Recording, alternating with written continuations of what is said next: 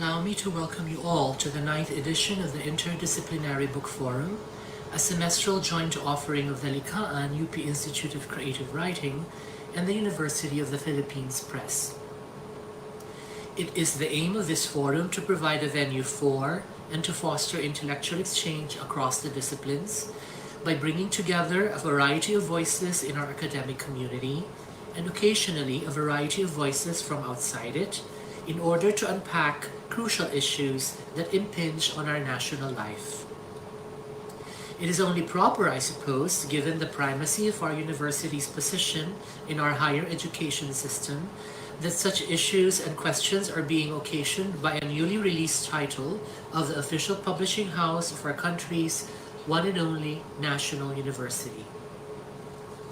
On a more basic level, and as the position of director has increasingly impressed upon me, the books of the UP Press may be said to complement the university's fundamental mission, to promote profound forms of archival and categorical literacy, which is the precondition for the kind of capacious imagination and empathy that are entirely necessary if a modern nation like ours should ever hope to cohere, and more importantly, to endure.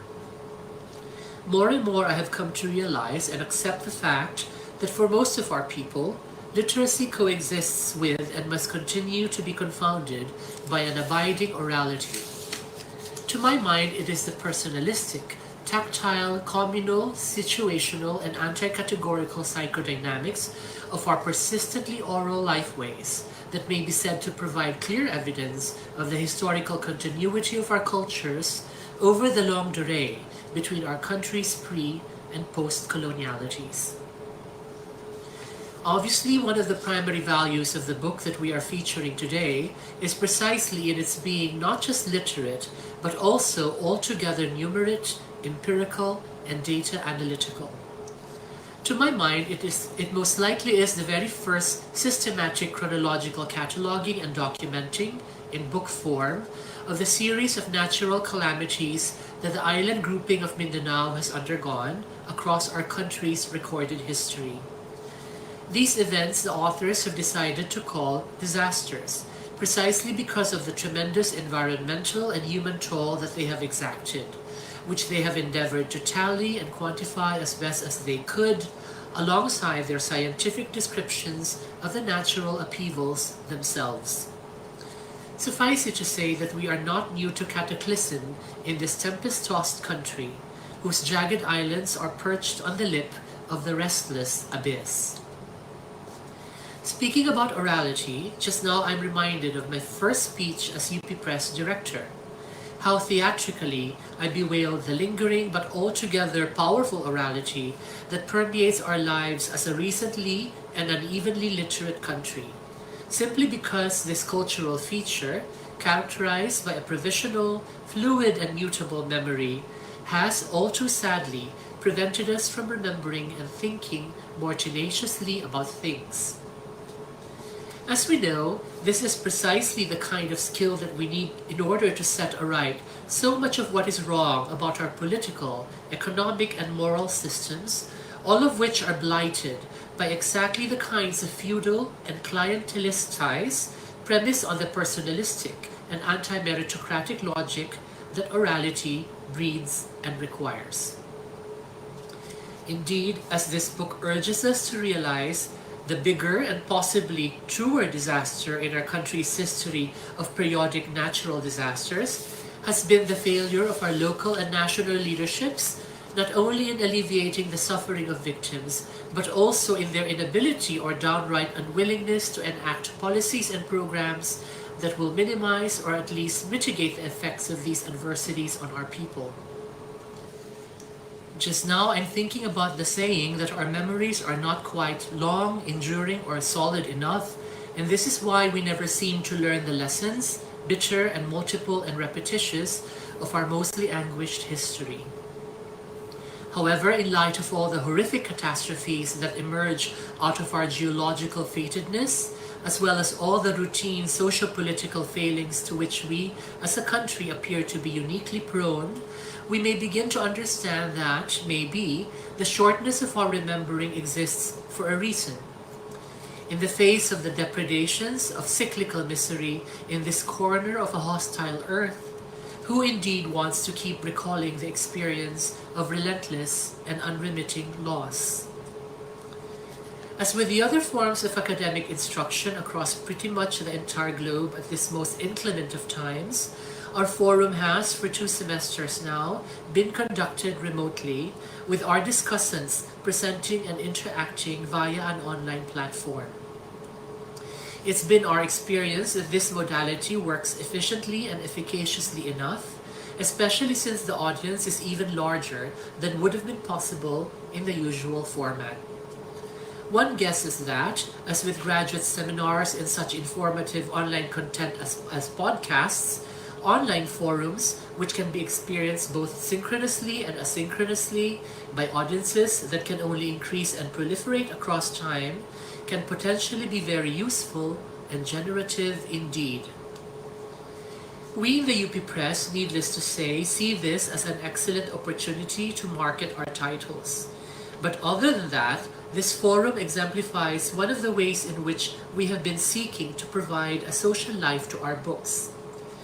Obviously, without readers, books don't really get to be alive, which is to say, they don't really get to transcend their physical realities as objects and become the meaningful, transformative, and possibly immortal things that we in the humanities like to call texts. Aside from this forum, we have been participating in literary and book festivals, sponsoring book signings and poetry readings, and uploading a variety of publishing-related content to our own social media pages. On behalf of the UP Press and of the Likaan, in which I'm a fellow for poetry, I would like to extend our sincerest gratitude to our eminent panel of discussants.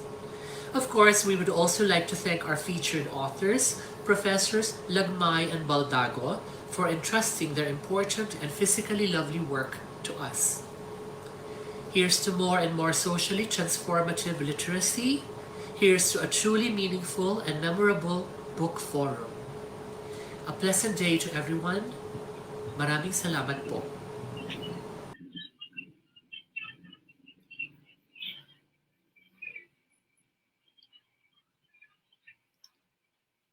Maayong hapon sa tanan. I am J. Jomer F. Quintos from the Department of Filipino and Philippine Literature, UP Diliman, and I will be your moderator for this afternoon's event, the 9th Interdisciplinary Book Forum, organized by the Likaan Institute of Creative Writing and the University of the Philippines Press.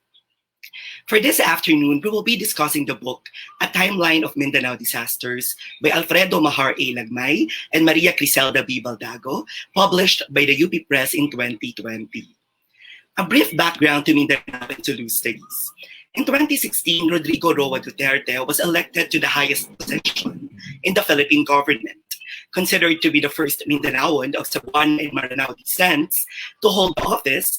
Duterte has made headlines about the issues and controversies involving his administration, from extrajudicial killings, to misogyny, to maritime disputes, up to rumors of his failing health.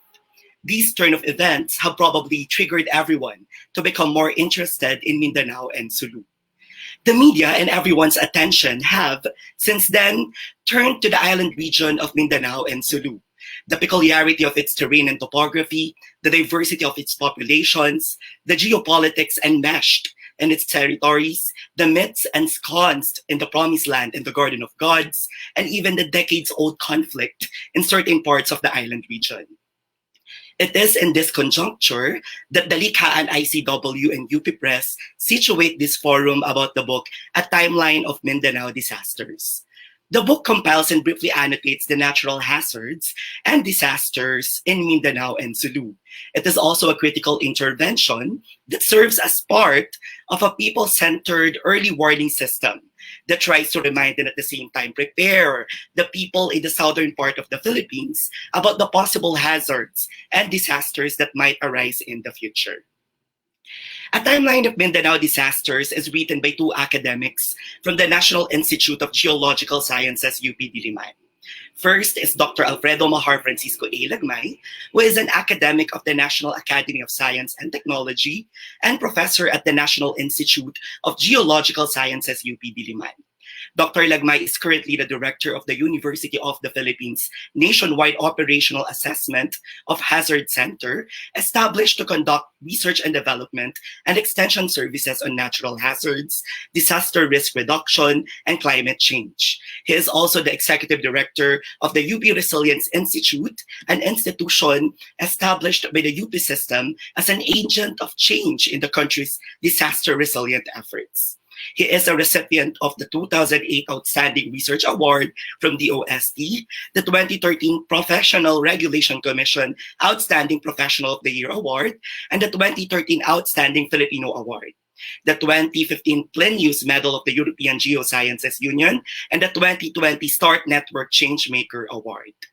The second author is Maria Criselda Baldago, who is currently a university research associate at the National Institute of Geological Sciences. She is a graduate of Bachelor of Science in Geology and currently pursuing her master's degree in NIGS, focusing on the diffuse carbon dioxide degassing of the Al volcano.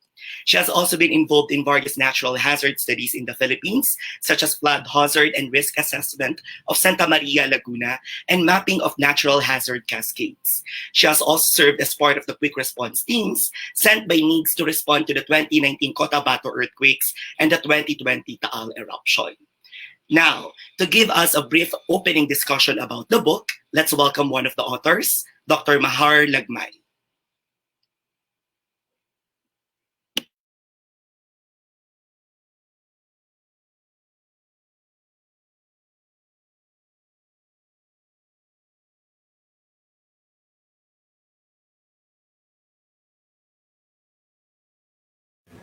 Once regarded as the island of promises, Mindanao has become a gateway to opportunity for Philippine international investors, eyeing opportunities in agribusiness, industry, and tourism. 8 of the top 10 agricultural commodities exported from the Philippines come from Mindanao and is the world's third leading exporter of bananas, with 75% of the fruit export coming from Mindanao in 2014. It is the food basket of the Philippines. Similar to the fruit industry, the marine fisheries business of the Philippines is dominated by Mindanao, being the source of 48.37% of the country's production output. Out of the 46 operating metallic mines of the country in 2014, 28 were in the mountain belts of Mindanao, with 20 nickel mines, 4 gold mines, 2 copper mines, 1 chromite mine, and 1 iron mine. But even with the 60% of the operating mines already located in Mindanao, it is still largely untapped for its mineral wealth.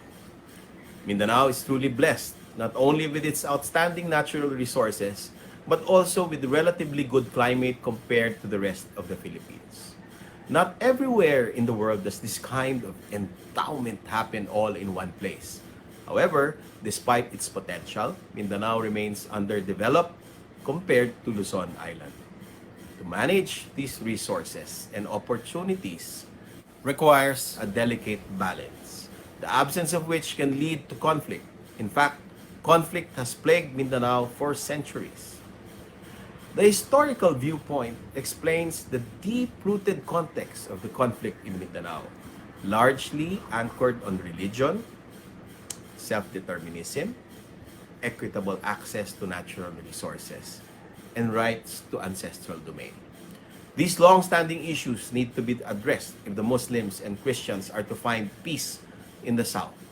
Else, the same issues that have plagued the southern Philippines shall remain and suggests continued instability and tension in the region, which lead to disasters. The Mindanao disaster timeline represents events in the recorded history that reminds people in the region of the threats of natural hazards. The bigger and more deadly hazards that have taken place are spaced at intervals of decades or centuries and are normally lost in the memory of the younger generations.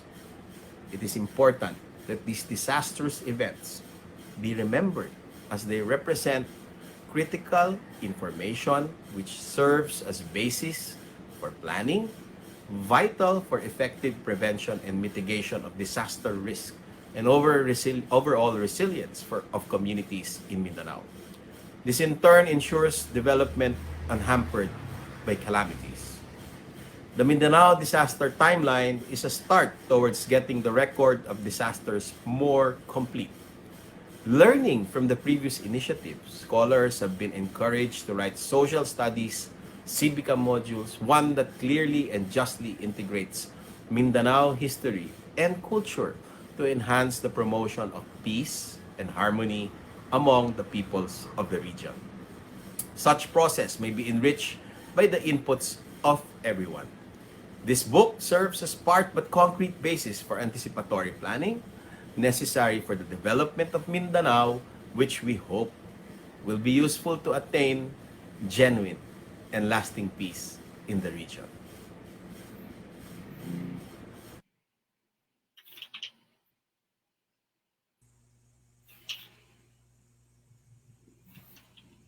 Thank you, Dr. Lagmay, for that valuable introduction to the book.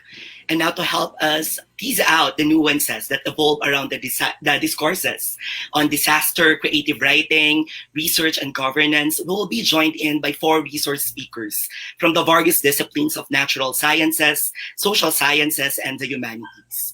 Each speaker will be given 8 minutes to share their insights about the book and how it can be entwined in their respective fields. It will then be followed by an open session. For our participants on Facebook, if you do have questions, please type them in on the comment section. We will collate and consolidate them for later's open session. There will also be a feedback form that will be posted in the comment section. So those who will answer the form will be given a certificate. Now, let's go to our first speaker. He is professor at the University of the Philippines, Diliman, and currently the director of Philippine Nuclear Research Institute. A proven expert in the field of geology, he also previously served as director of the UP National Institute of Geological Sciences. He has also been involved in nuclear-related research for more than a decade, particularly on nuclear waste disposal. He received the 2019 Gregorio Y. Zara Award for Basic Research for his contributions to resolving sensitive issues on mineral resource development, water management, and developing peaceful applications for nuclear energy in the Philippines. In 2020, he made it to top 100 Asian scientists, along with 10 other Filipinos named by the Asian Scientist magazine. Let's welcome Dr. Carlo Caloy Arcilia. Magandang hapon po sa inyo. In order to share my insights to this for this book, I have a short presentation. Kindly share my presentation.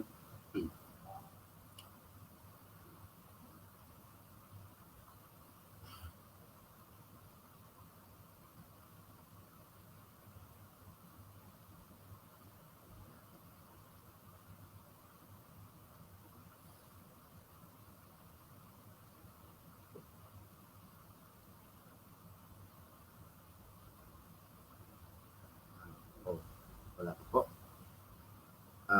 Anyway, while waiting for the presentation, I'm honored to actually give this perspective on this book, especially with my colleague and friend, Dr. Mahar Agmay, and Rizal Baldago, who is also my graduate student. Let's see, do we have the presentation already ready? I can also share it from my end if need be.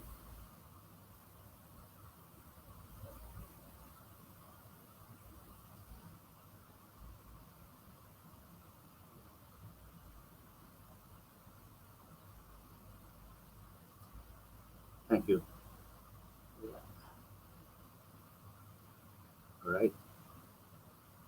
Okay, I'll go to the next slide then, immediately. Okay. Will Durant said that civilizations exist with geologic consent, and this is actually very, very true in the Philippines, where we have a lot of tectonic events that happen, and then this is the we have to live with this, and geology being of a different timeline. If you talk about timelines, the geology timelines are actually in the millions and billions of years as compared to humans, where only have a few decades. And I'd like to, as a perspective to the book, uh, to show you why it's important to have the geological foundation in order to understand disasters. Next slide, please. And then we are one of the most vulnerable in the world in terms of disasters. We have typhoons, as you will see, floods, storm surges, landslides, earthquakes, tsunamis, volcanic eruptions, and was hinted at before, politicians. I mean, politicians in all sorts, from the local, maybe to the national, or even tribal heads, and all of that. Which actually make these natural disasters far worse than they would have been. Next slide, please. This is an illustration why the Philippines is actually disaster prone. I mean, to a certain extent.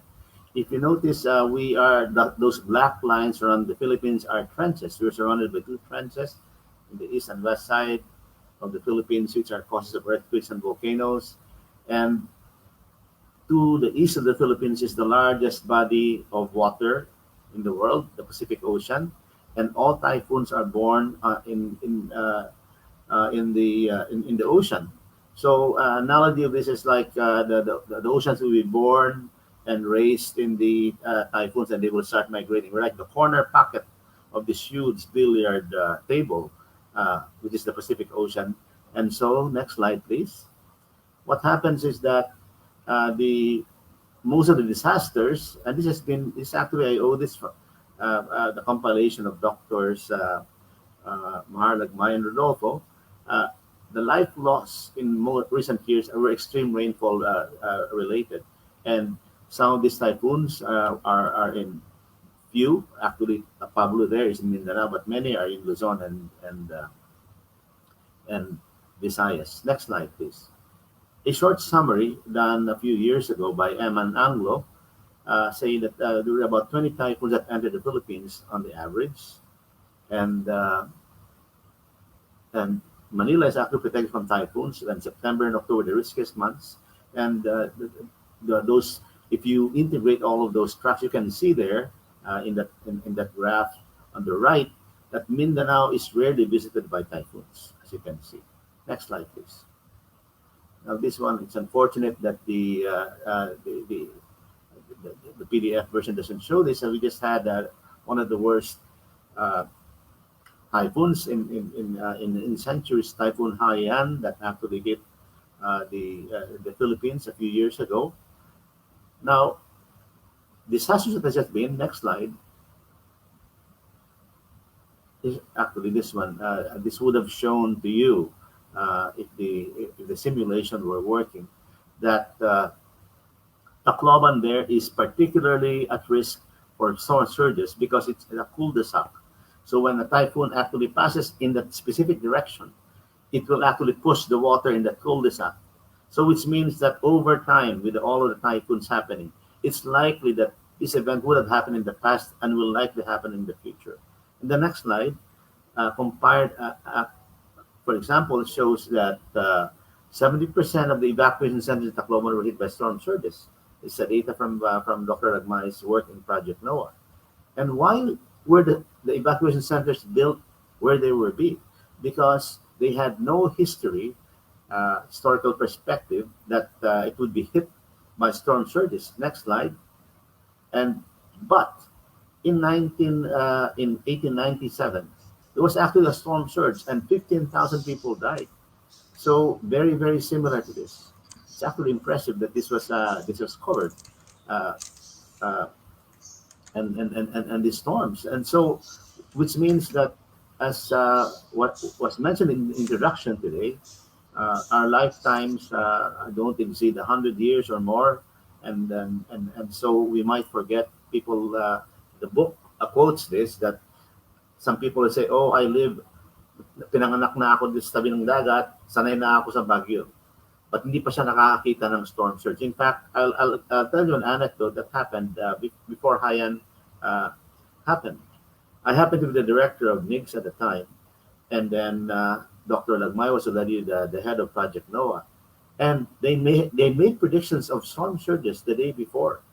And I asked him specifically, predictions were made. Yes, right. And then the next day when I asked him what happened, and he said it's eerie. There, there's nothing. There's no word. It's because the typhoon had destroyed all the communication. So no, and it was one of the most there was this creeping fear that something big really had happened. Next slide, please. And then of course we have lessons also from Ondoy. Next slide. I'll just and then, of course, the Typhoon Pablo, the BOFA that happened in Compostela Valley, discussed by them. And if you look at this slide, actually, you will see. Next, next slide, please. Yeah, this is also in the book. And I was actually in this town, New Bataan, a few months before this happened. And the landslide that happened here literally wiped out. Next slide. And you can see just how impressive this thing here. See, that whole town was covered by this flow. Next slide. And then you see the height of this, about almost 10 meters. That's Mahar Lagmay there, barely visible. Next slide. And so, how did NOAA at the time try to help? They did an extensive mapping of the surface using LiDAR. So with our partners from the Council of Engineering, and with this next slide, they were able to predict areas that will be flooded if this is a success story. And then next slide, and some success stories. For example, the Habagat floods in Marikina were predicted. And then next slide, and even in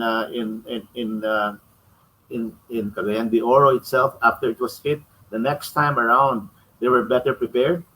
Next slide. And so some of the no success stories. Next slide. You can see here, and this is from Mahar Lagmay again. If his timeline in Luzon shows this in 1919, if you look at that, 60 people dead, 300 people dead. In Saugol, 1,000 people dead, 465 people dead. There were people always dying from disasters. When Project NOAA came in, Habagat flood, 0 dead. Few people are dying now. But then Haiyan came in with the storm surges and Pablo landslide flows. But after that, if this slide extends to the right, very few people die now from disasters because they've been predicted. Project NOAA, to my mind, was one of the most successful projects. That's why it's a very good introduction, and I will say that the authors have very good credibility in discussing disasters. Next slide, please. This is a perfect example. This disaster, quote unquote, that happened somewhere in Luzon was predicted hours before, and they were evacuated, so no one died. But look, you see, hundreds of homes were destroyed. So this is an example. The reason why I'm giving this introduction to the book is that you can only appreciate disasters if you know the geologic basis for them, how they have happened, and how the Philippine government and some people have actually, Mahar Lagmay, has helped mitigate them. And actually, I have used, next slide, the data they have to expose corruption. I mean, here is the supposed to be flood management master plan of Metro Manila costing 350 billion pesos, and that's the flood maps that the World Bank and the DPWH then wanted to show. Here's what we can control with 351 billion pesos. Now, using the maps created by Dr. Lagmay, next slide, you would see that the map situations are far more complicated than they showed. So if it's diagnosed poorly, how can you do the solution? And we will be spending bad money again. Next slide. So the book, as I said, is an excellent introduction of the basic geography and geologic concepts needed to understand natural disasters. And the author, especially Dr. Lagmay, have incredible credibility in disaster prevention, especially from the experience derived from Project NOAA. What I mentioned in the past few minutes are just a few things that I have learned. I mean, I'm honored to have been part in a small way of this project because I was director when this was born during my term at head at UP NIGS.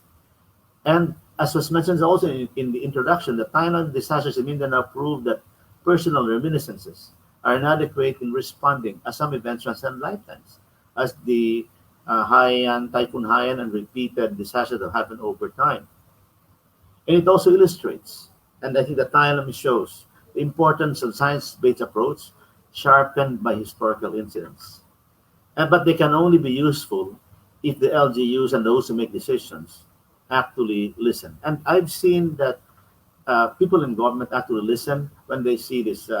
I've seen it myself. When Dr. Lagma and his group were making predictions, when they were in the NRIMC room, a specific mayor would be told this kind of accident will happen or this disaster will happen to you in a few hours. So they had to make decisions. Wala pong ganun dati. Ngayon meron na. Malaki pong natulong dito. I mean, the reason, as I said, that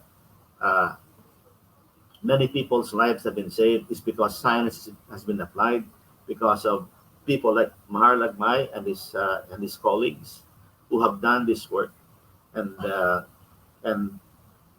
unfortunately, anyway, parts of NOAA was discontinued, but the LGUs now have a lot of tools with which to contend with disasters. We cannot stop disasters. We cannot stop typhoons, but we will know how to live with them.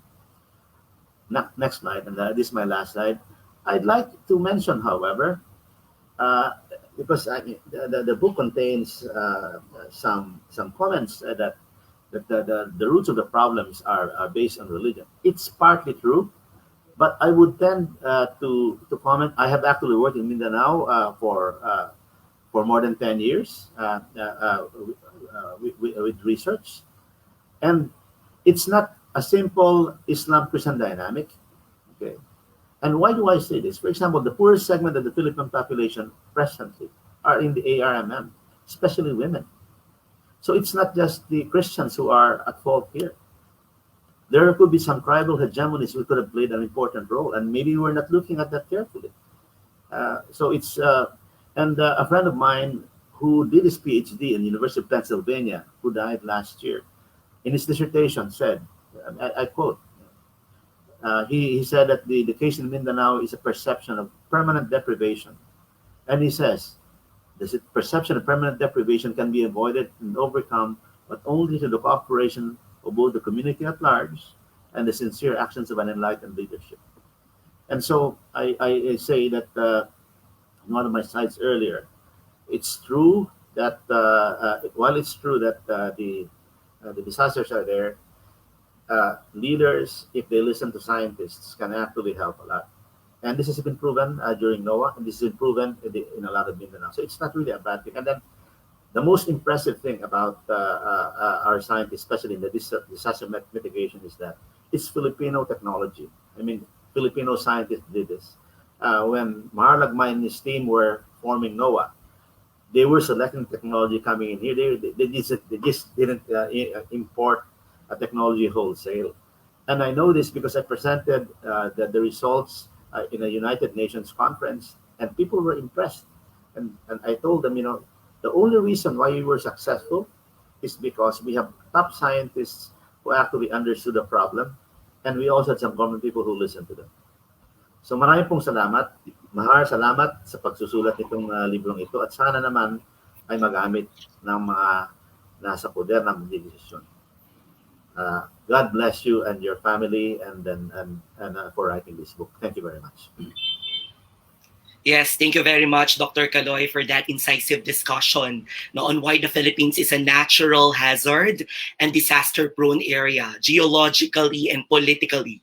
Now, perhaps we can talk about it more later during the open session. Again, to our participants on Facebook, if you do have questions, please type them in the comment section. We will collate and consolidate them for later's open session. Now, for our second speaker, he teaches at the Department of Humanities in the University of the Philippines, Mindanao. He holds an MFA in creative writing from the New School. His fiction and literary translation have appeared in Likhaan 6, Kritika Kultura, Book Actually's Gold Standard, Cha, an Asian literary journal, Words Without Borders, Shenandoah, and World Literature Today, among others. He is a co-editor of Ulirat, Best Contemporary Stories in Translation from the Philippines, published by Godi Boy. A recipient of Ford Foundation International Fellowship, he is currently the president of the Davao Writers Guild and a member of the Young Critics Circle Film Desk. Let's welcome Professor John B. Bengan. Daghang salamat, Jom Bates. Maayong hapon sa tanan. So I will give my response to the book now from the perspective of the humanities and as a writer of fiction, and also as a citizen from Mindanao. So I don't have a presentation, however, I will read something. This volume, slim but condensed, presents an oblique Mindanao history from the perspective of disaster, mostly natural, but sometimes undeniably man-made. The aim is to provide a useful resource material that could help provide the public a historical sense of the calamities that had befallen their towns in the hopes of better preparing them for the certainty of reoccurrence. The chronological mapping begins with what could be the earliest recorded natural catastrophes, such as the eruption of Mount Parker in the 1700s, a drought in the same century described as a plague in Blair and Robertson, the 1879 Surigao earthquake, and a storm surge in Davao in 1907. The chapters are divided into various cataclysms: typhoon and extreme weather, drought, earthquakes, and volcanic eruptions. Some entries appear more than once, since a calamity may escalate to another extreme situation, such as the Mount Parker Dam breach of 1995 that may have started with a collapse of a fragment of the crater and brought about a great flood in South Cotabato. The book tells us that the cause of the dam breach remains a mystery among scientists and experts to this day. On a personal note, I have been to the crater lake twice, and it was definitely stirring to find these entries about the place in the book. In each chapter, the authors are careful to provide an explication of concepts, from cyclones, fault lines, the El Niño Southern Oscillation, to terms like pyroclastic density, before proceeding to a catalogue of calamities. The events are invariably presented. Some disasters are described at length, some cursorily. The accounts are based on sources as varied as James Francis Warren to the Philippine Daily Inquirer. And sometimes even locals are also included here in the book, snippets from interviews. Even though this is history, the narratives are appropriately validated by science. At the end of the book, a glossary is provided. In spite of the book's advocacy to advance fair and correct knowledge or information in the young generation of learners, this sentiment seems to be more asserted within the pages of the introduction. Thus, after referring to the Islamized groups as Muslims early in the book, we find further in the timeline sentences such as exploration, and I quote, "Exploration by outsiders was difficult because it is located in a part of Mindanao occupied and controlled by the Moros." The passage refers to the 1916 eruption of Ragang, a volcano that lies between Lanao del Sur and Cotabato. In another entry in the timeline, the book refers to majority of the 25,000 lives affected by the Mount Parker Dam breach as tribals. Further refinement of one's reading of varied sources, along with engagement with the latest scholarship on Mindanao, could amend these stated viewpoints. Especially in the case of Mindanao, the more specific we are, the more we enrich the discourse. Although the introduction provides a general context for the reader to imagine these complexities arising from the landscape, these circumstances are not underpinned in the cataloging of the events. especially when certain calamities, which could have been prevented, return and continue to leave casualties. For instance, a string of fatal landslides ripped across Moncayo, Mako, and Pantukan more than once in a span of a few years, in what today is known as Davao de Oro.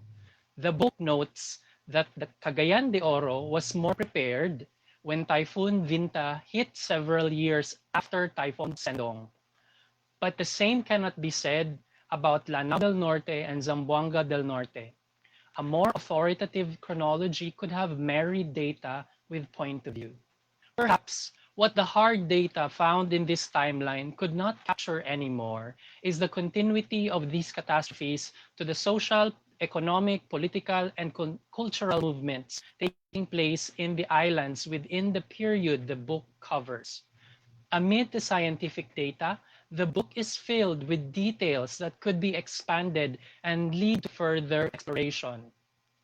One such detail is the person who drowned, swept away by floodwaters after the jeepney they were riding turned while crossing a bridge in Mahayag, Zamboanga del Sur.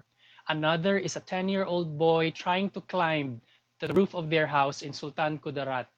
In Tiboli, South Cotabato, residents heard the sound of lightning and thunder shortly before the water that overflowed from the dam swept across their communities.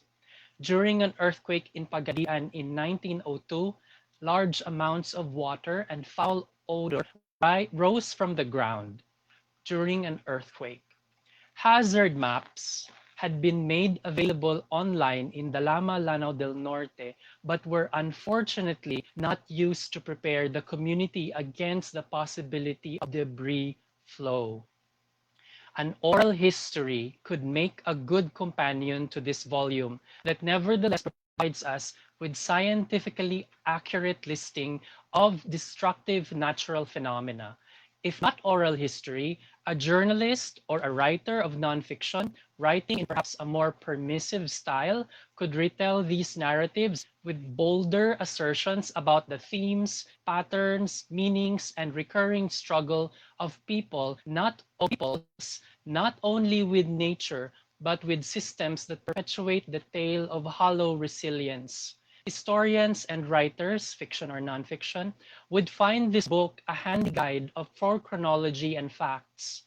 Our storytellers could continue what the book has begun by integrating the personal and collective experiences of the peoples whose lives these events had transformed. Daghang salamat sa inyong tanan. Salamat kaayo, John, sa imong nindot na take sa book. It was a valuable input in mapping out the intersection, no, where the area of Mindanao and Sulu studies and natural sciences meet, no, vis-a-vis natural hazards and disasters. Now, let's have a quick break, no, before we move to our next speakers. We're going to announce the winners of our raffle on Facebook. Yay! Okay, Dalikaan ICW asked the netizens on which lesson from history do they think can help the Philippines today. Dalikaan ICW chose 5 winners, and the first winner is Manuel NC, whose answer goes like this. Malaking bagay ang pagiging handa. Itinuro ito ni General Antonio Luna nang planuhin niya ang paghuhukay ng trincherang magpapabagal sa mga puwersang Amerikano habang nagtatayo ng base sa Mountain Province. Hindi maitatabi kailanman ang danas ng giyera at danas sa pandemya. Mindset na maaaring pinagmulan sa pagluluklok ng mga opisyal ng militar imbes ng mga doktor sa pamunuan ng task force na nangunguna sa pagpaplano sa pagharap ng pandemya. Hindi ko layon na ipagtabi ang dalawa. Layon ko ang pag-ugnay ng kahandaan tulad ng maagap na pagbabatay sa mga bakura ng bansa bago pa kumalat ang virus. Hindi sasapat na inantay ni Aguinaldo ang paglilipat kapangyarihan na inaasahan niya mula sa mga Amerikano papuntang Pilipino. Gayong si General Luna ay nagplano na sakaling lumusog o maghabol ang hukbong Amerikano, inaasahang mapapabagal ang pagsunod ng mga Amerikano dahil sa trinchera. Hindi sasapat na nag-aantay ng bakuna nang hindi pinapabagal ang pagkalat ng virus. Kailangang matugunan ito sa mass testing at pinalakas na contact tracing. That was a sharp answer. Okay, now for our second winner, it's Christian L. Rigon. whose answer goes like, well, as a Filipino, I cannot deny the fact that most of us in this generation has very low interest when it comes to our nation's history. However, we should understand that every pieces and remnants of the past contributes very meaningful lessons which we can use for the present era. And in this time of suffering due to a global pandemic called COVID-19, we used to think deeper and understand what specific portions of history can help our nation today. For me, I believe we can use the experiences of past generations when cholera epidemic was reported in the Philippines in 1902. It claimed hundreds of thousands of lives. That is why it became very historic. We can apply the same bravery and discipline that our ancestors have used to overcome the type of devastation. Aside from that, we can also use their knowledge to create different ways or techniques of how we can prevent and stop the continuous spread of this virus. History always repeats itself, but at least from every repetition, we learn something new. Okay, another short answer. The Likan ICW staff will get in touch with our first two winners on how they can claim their prize. Thank you. Okay, now let's move to our third speaker. He is a Jesuit priest, poet, and anthropologist and activist. His works reveal his engagement in social and political issues, cultural analysis, and the development of contextual philosophy and theology.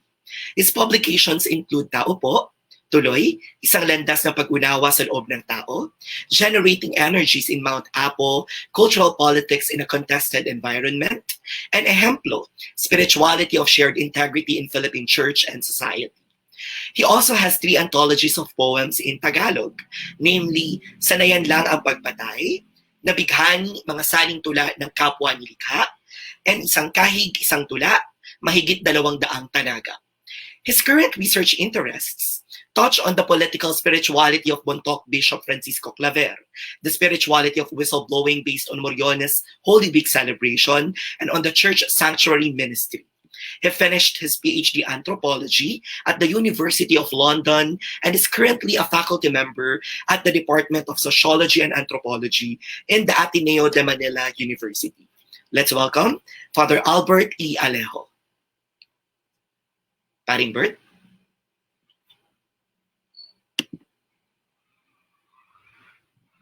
Hello. Yes, we can hear you, Paring Bert. Can you see me? Lumipat ako ng lugar kasi, sorry. Yes, Okay yes. na ba? Pwede na. I think you need to turn on your video, Paring Bert.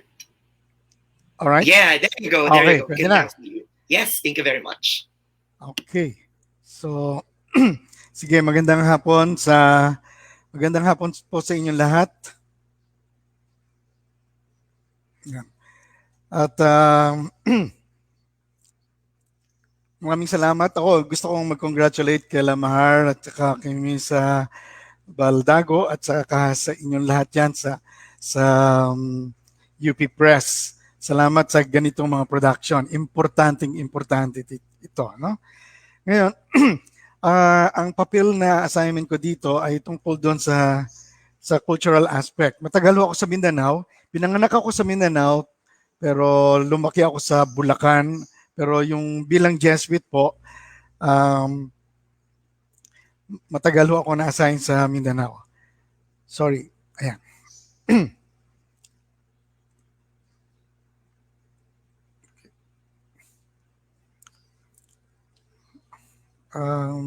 Ngayon lang ako nakagamit ito eh. Yan. Ganyan ba? Paano ba? Yes, okay po. Sige po. Okay? But parang hindi umuusod yung slide ko.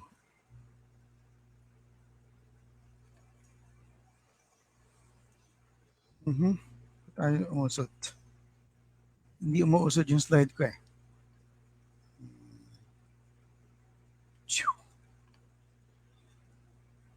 Click yung numbers. Sorry about this. Ba't ayaw umusod?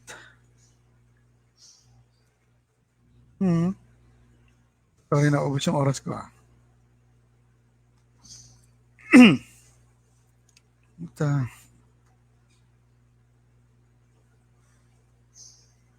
can help you. Can you give me instructions? Sorry. But hindi umuusad. Ba't hindi umuusad ang slide ko? Perhaps, Paring Bert, you can click the numbers and Which numbers? Which number? in the left corner of your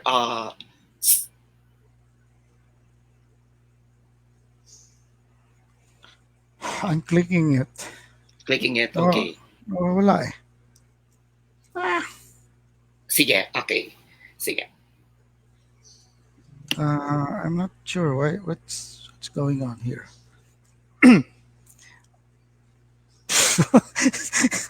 Kanina okay naman tayo, di ba? Sige, ano na lang po, Paring Bert, ano na lang po tayo. Pwede po kayo mag-start na and then the organizers will fix the PowerPoint presentation and they will share it later. Sige po. Thank you. Ay, sayang naman. Anyway, can you give me instruction? Mabilis lang sana to. What should I be doing?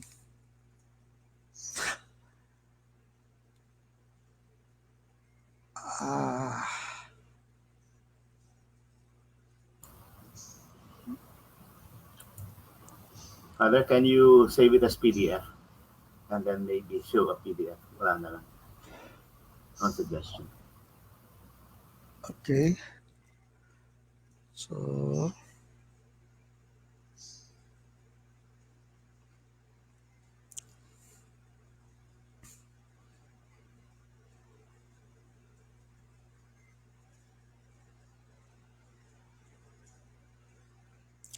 just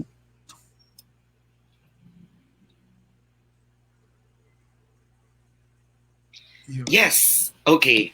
While we're waiting for Paring Bert's presentation, let's announce our third winner. No, Yun.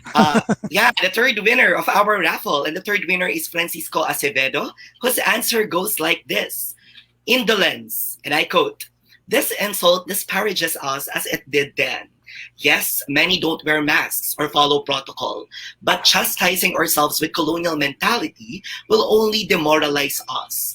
Rather, let's focus on education and disciplining ourselves to be more responsible." And then our fourth winner is Arkin Franny, whose answer goes like this. "Not a lesson from history, but a lesson that still needs to be learned, lalo na tuwing halalan.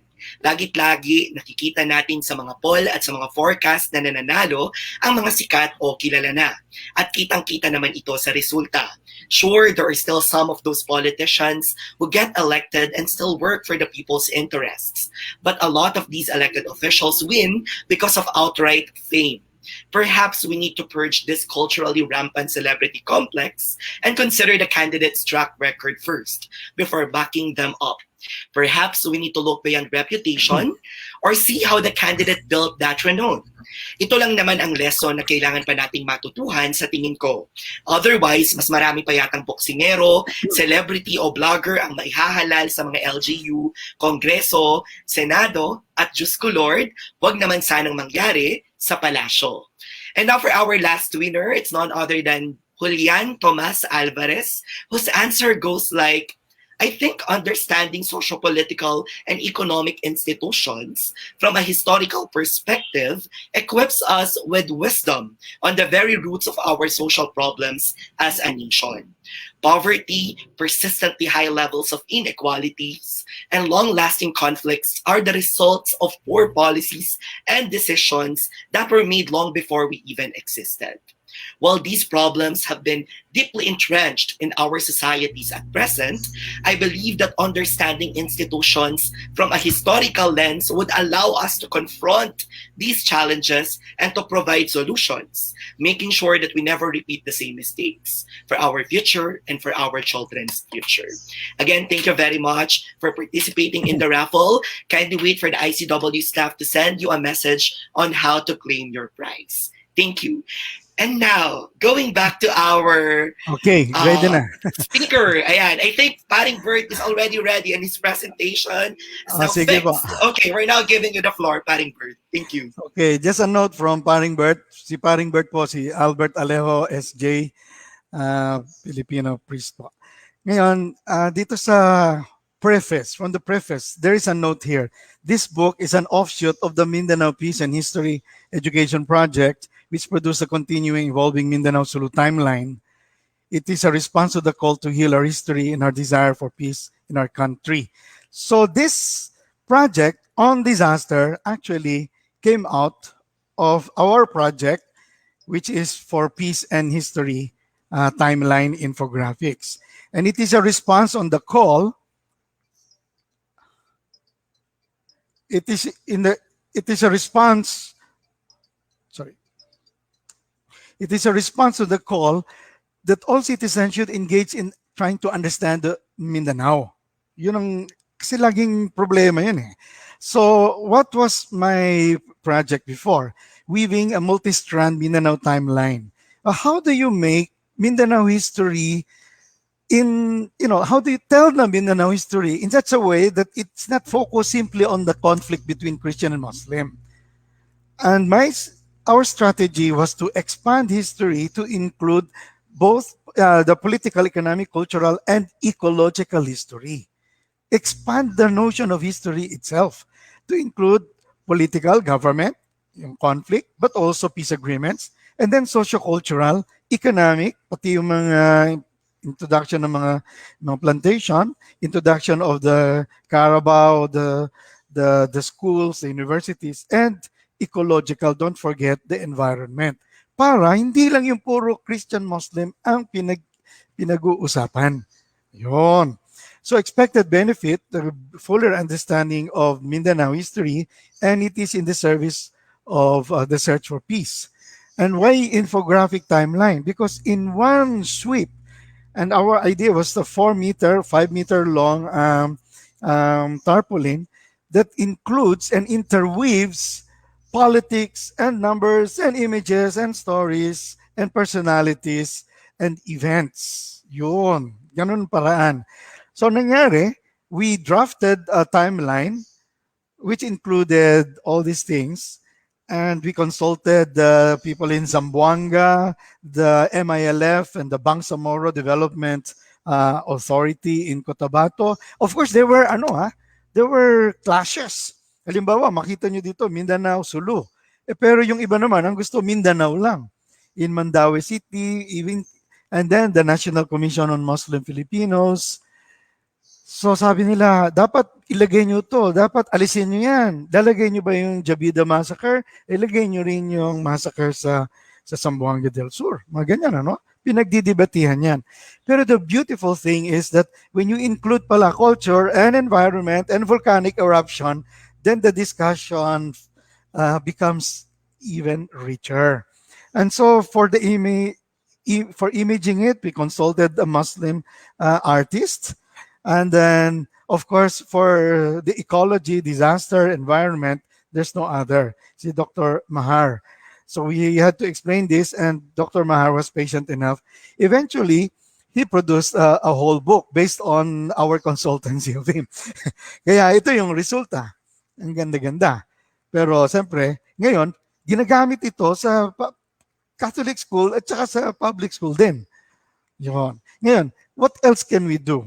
I think I'd like to appreciate it based on the framework that we started with in the search of peace and development. And for that, we need the production of knowledge that helps in the preparation for planning for peace and development.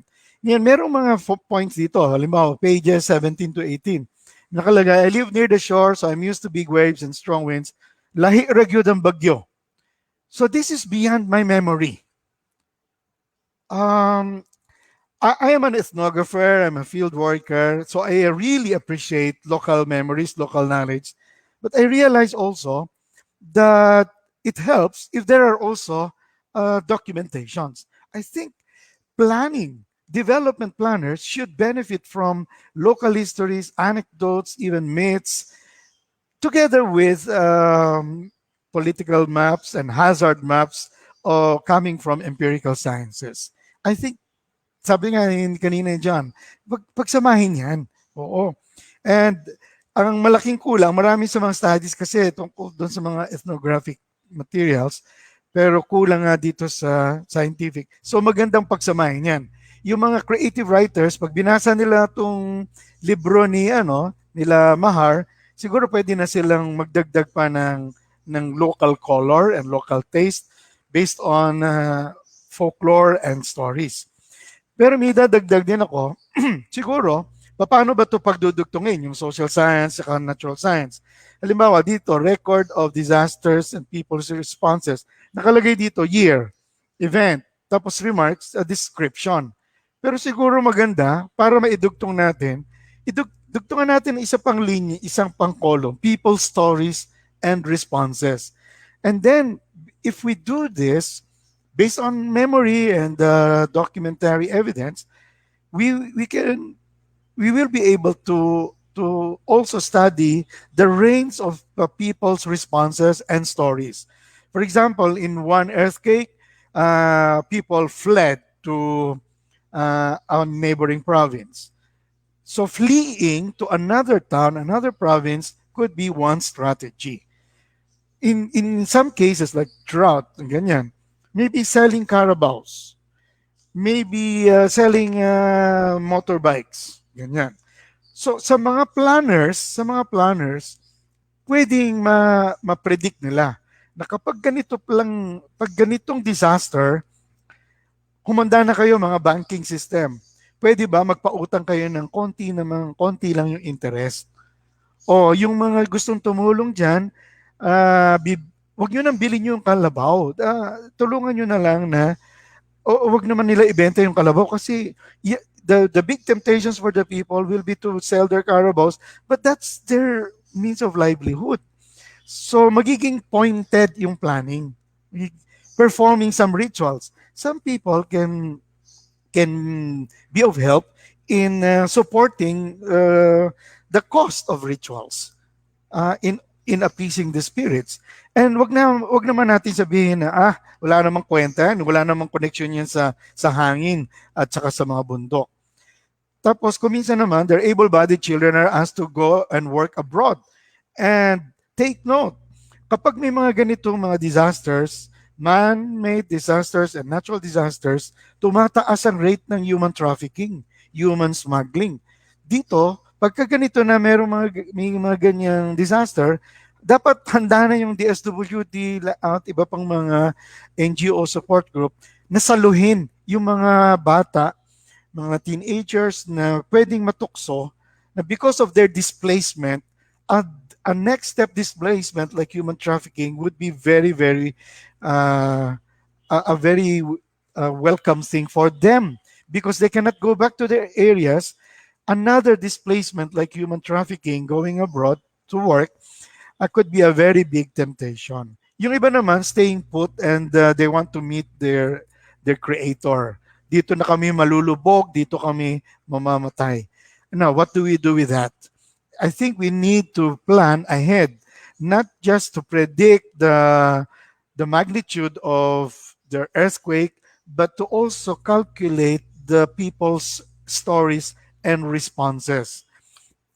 Natutuwa ako dahil merong sensitivity itong libro na to para i-connecta sa mga man-made disasters, pero siguro kulang. Dahil halimbawa, nung nandoon ako sa Zamboanga Siege, talagang nasa gitna ako ng gera. Alam mo, nung inilagay namin yung mga refugees, doon pa naman bumagyo. Grabe talaga. So, kung open air yung refugee camp, hindi na predict na pwede palang bumagyo at mabaha yung mismong refugee camps. Pero ang nakakatuwa, as a result of this, you gain more friends, and that could be disasters and conflicts should be a trigger for interreligious dialogues. Now, the conflicts have been triggers for interreligious dialogue, intercultural dialogues, but disasters should be tapped as a resource for a trigger for interreligious cooperation. Ayan. So, what else? Last na lang to.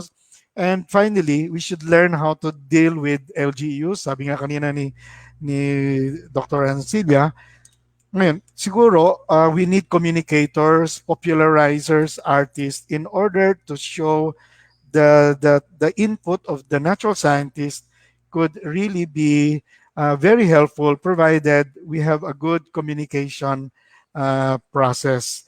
So, and we have to intervene where plannings and decision making are being done.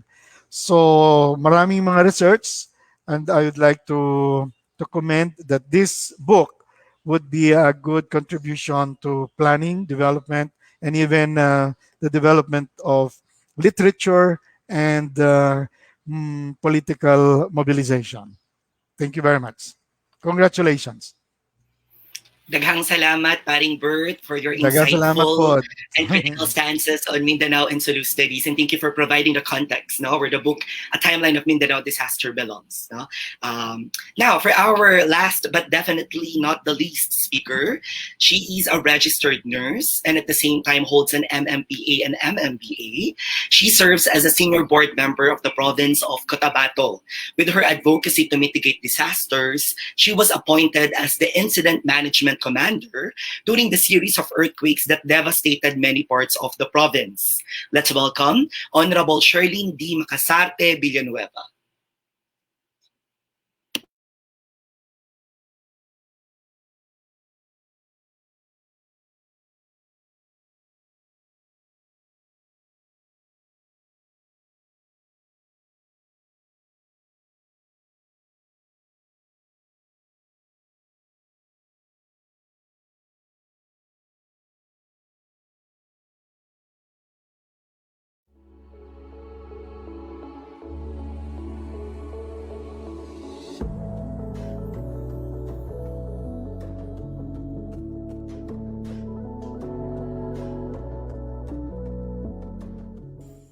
Maayong adlaw.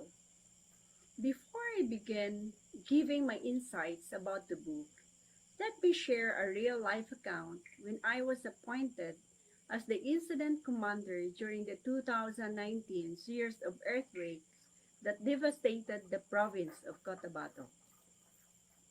In one of the relief and rescue operations of the Boss, provincial government, I yes. chanced to have a conversation with a Uh, father whom I called Manong in our local language. And he shared that he will no longer go back to their place because he was afraid that the future generation will not be informed about the quake that had happened and that they might forget about it. His narrative has given me an insight that we are indeed not fully prepared for disasters and that we need to internalize the importance of historical evidence. If his narrative would be safe kept, it would become one of the references that can help us prepare for any disasters. For this insight, I will share my words of appreciation, realization, and recommendation of the book. Since the RA 10121 was enacted last May 27, 2010, it has been the predicament of the local government units in Mindanao, especially in Cotabato Province, to have the database of the disasters that befell in our area. In that note, I would like to extend my sincerest gratitude to Professor Alfredo Mahar Legmay, Professor Maria Crisilda Baldago, and the University of the Philippines, because this is not only a book, but I consider this as your gift to the people of Mindanao. This book does not only provide key insights and information about the occurrence of disasters, but in turn will help the dwellers of Mindanao to prepare for future disasters. With this, I am beyond thankful. After a thorough examination of the book, I realized that in mitigating and eventually preventing disasters, there are two things that we need to look into. These are warning and response. Upon reading the book, I contemplated that its content satisfied the element of warning. However, the fulfillment of the element of response lies in the hands of us, Mindanaoans. This is indeed a challenge that confronted us before and still confront us today. but with the aid of this book and the proactive cooperation of the leaders and people involved, we will surely be prepared for disaster. Moreover, another input that I gathered from the book is that it puts emphasis on the responsibility of the educators to disseminate information regarding disasters and calamities. However, one thing crossed my mind, and that while we are pushing for the comprehensive spread of awareness about disasters in the academy, how about those who could not be reached by the school, such as the out of school individuals? How can we better inform and protect them from the dangers that they might encounter because of the lack of knowledge about disasters? Hence, disaster affect anyone, not only those from the educational realm, but also those who are outside of the wingspan of the academe. This time, allow me to take this realization of mine in the field where I belong, and that is in the field of public service. On a personal note, I believe that the changes of administration in the local government units is one of the factors that has greatly affected the operations on disaster management. As a Mindanaoan, I believe that the systematic data banking in every city and municipality must be implemented by gathering and securing accurate and reliable data. This data will be helpful in crafting the disaster plan. Also, if we are to prepare seriously, a disaster preparedness shall be conducted not just in the local government unit but also amongst all stakeholders, reaching even up to the grassroots level. Finally, I came to ponder that there is an ultimate calamity that many of the cities and municipalities are struggling, and I coined this as political calamity. This happens when people in the government seat make it a big deal to whom the credit shall be given, putting more weight on their personal interest rather than the welfare of their constituents.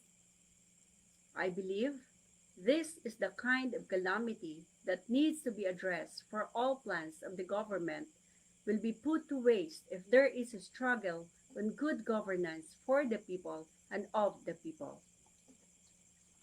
Will it be good to memorialize disasters such as earthquake, typhoon, storm surge, and flood?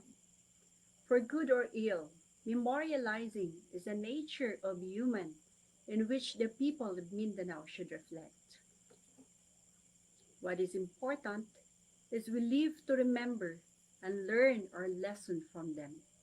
As long as we immortalize this account, we can save more lives and never again will another Manong be lost of hoping for a safer tomorrow.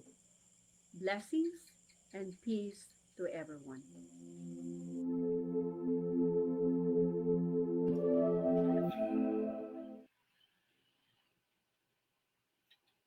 Salamat kaayo, Honorable Sherlyn, for discussing the importance of disaster mitigation responses, especially during natural hazards. No? In the last 2 years, the Southern Mindanao region has experienced earthquakes, no? And I have also experienced that myself. Anyway, we are now open for questions. You can type in your questions at the comment section rather, of the Likaan Facebook page. You have any questions? Okay, sige, siguro let's start with my question. No? I will take off from what John and Paringbert have asserted about the power of oral lores and oral history in enriching the data that can be found in the book. Perhaps it can be a future project, no, after a timeline of Mindanao disasters. But can you be more specific on how the book could look like? Yes, to our research speakers.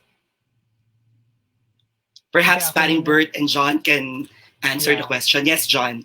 Sige ako muna kasi nabanggit ko kanina na baka pwedeng may oral history. Inisip ko maganda nga kung may oral history. So pupunta yung mga, kumbaga yung libro, magiging distillation siya ng mga orally recorded na mga narratives tungkol doon sa mga sakuna. Ang iniisip ko lang, the older the disaster is, the more we will be reliant on textual resource. So sa paano ba to? So parang combination siguro siya ng dalawa, ng oral at ng written. Tapos sa tingin ko yung taong gagawa nito ay historian, but at the same time someone who has a very strong storytelling bent, parang history as a storytelling Yes, method, yes. kumbaga ganun. So para ma-integrate, kasi medyo mahirap nga i-integrate yung myths, yung lore, at pati yung actual na testimonies ng mga taong naapektuhan. Na sa tingin ko, nakikita siya minsan sa aklat, nakikita siya sa libro Mm-mm. minsan. May mga moments dito gaya nung yung parati kong mini-mention yung Mount Parker kasi dito sa libro, interestingly, siya yung may pinakamaraming entries at kumbaga siguro Yes. nag-rely siguro yung dalawang authors natin who, to be fair, are very very good when it comes to naman at providing the data. Walang kakulangan talaga sa data. Ano siya parang kung ano yung kinuha nilang sources, na merong ganung kasing richness of details and data na carry over siya sa libro. Yun nga lang, yung ibang mga events, medyo ano lang siya, napaka-dry, napaka-pure data lang niya. So, nakikita ko actually dito sa libro yung potential ng another kind of book. So, ang nakita ko is similar, divided, pwedeng gamitin niya yung timeline na ginamit ng libro, pero pag kinikwento na ngayon, no, hindi lang hindi na presenta, pero kinikwento at hinahabi yung mga pangyayari. Nasa tingin ko yung parang ginagawa rin nila Father Bert sa ibang mga libro, ganun yung parang pwedeng gawin sa susunod na mga projects in collaboration with Dr. Lagmay and Dr. Baldago, of course. Yes, yes, definitely. Oo, parang it reminds me of Macario Chu's book, di ba, John? Davao History, Reconstructing History Through Yes. Memory, di ba? Parang it makes Yes, use of oo. oral narratives, oral Yes. lores, di ba? So perhaps in the future, no, we can have another book like this one, no, A Timeline of Mindanao Oo. Disasters, but fusing the empirical written texts and the oral lores, di ba? Yes. Yeah. Okay, how Yes. about Paring Bert? Perhaps he has something to share about it. Well, ako naman, una-una, hindi ko aasahan na yung sumusulat, ng tumitingin ng mga technical maps, sila rin yung kukuha ng mga folklore, mga ganyan. Kung merong gagawa nun, pwede. Pero hindi ko normally aasahan yan. So, ang maganda, yung talagang magaling dito sa mga empirical observation using different kinds of instrumentation, do it well. Pero yung iba naman na mga kwentista, magbasa ng mga libro na ganito, tapos pagganahin yung imagination. Ngayon, ang kukonsultahin din naman ng mga kwentista, mga makata, yung mga ethnographer din. Na kuminsan, yung mga ethnographer, medyo medyo tuyot din yung pagsusulat. Di ba, no? Kasi nanggagaya sa natural science, no? So, pagtulong-tulungan natin ito, yung mga gagawa ng pelikula, yan, challenge yan. Kasi yung gagawa ng pelikula, kailangan may accuracy, yung tamang dilim ng ulap, yung ganyan, ano? So, in other words, magtulong-tulong tayo pero hindi ko aasahan sa isang disiplina na sakupin niya rin yung lahat ng iba pang mga disiplina. Sa totoo lang, ang daming angles yan. Nung nandoon ako sa NCCA, naghahanap kami ng mga topics doon sa mga tabuan at sinuggest ko na isang annual na tabuan ay tungkol sa science writing, environment. Sabi ko, bakit kulang tayo ng mga literature on bagyo? Ganyan, ano? Samantalang nasa tradition ng folklore, ulan, pantay kawayan, bagyo, pantay kabayo. Tapos naligaw na tayo na purely parang social. So, ang hamon, wag muna nating paghaluhaluin hanggat hindi kaya. So yung mga magagaling sa pagkwento, magbasa ng mga scientific books, magbabad sa komunidad, mag-obserba, at siguro yung mga gagawa ng pelikula, sila yung mga pwedeng magsama-sama niyan. Pero kung kaya rin lang, ba't hindi?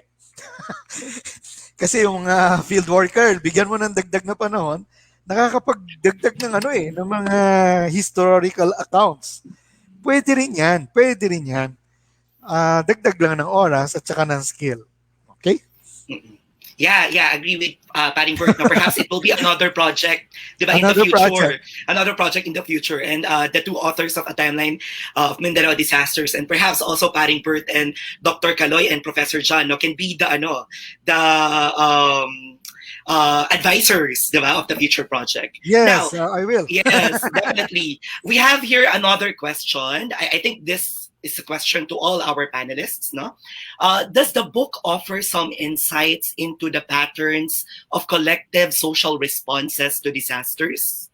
Some thoughts, perhaps, on the social character of Pinoys, no, during disasters.